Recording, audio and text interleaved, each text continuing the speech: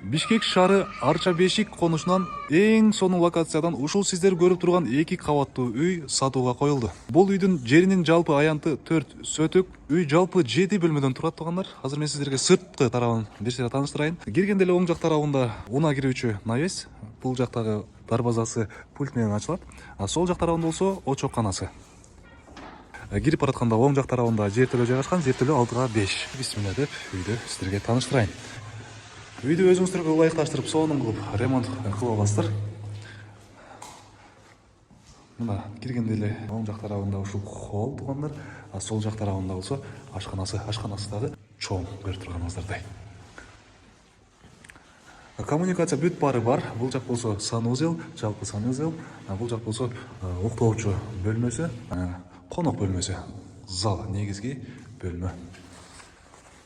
Эми экинчи кабатка көтөрүлөлү. Биринчи этаждын потолоктору тугандар 3/40, экинчи этаждын потолокко чейинки аралыгы 3/10. Бул жакта жалпы 4 уктоочу бөлмө, 1, анан кийин бул жакта. А бул жак болсо жалпы санузел дагы. Бул бөлмөнү гардеробный же болбосо кладовка өзүңүздөргө ылайыкташтырып жасаласыздар. Спальня, бул жактын санузелы спальнянын ичинде, бул жак гардеробный. Бул жакта болсо дагы бир уктоочу бөлмө. Балкон. Балкондон сырткы көрүнүш ушундай көрүнүштө болот тугандар. Коммуникация бүт баары бар. Канализация центральный. Анан үйдүн арканкы тарабында болсо 4 метрден ашуун бош орундук бар. Бул болсо үйдүн артыңкы көрүнүшү.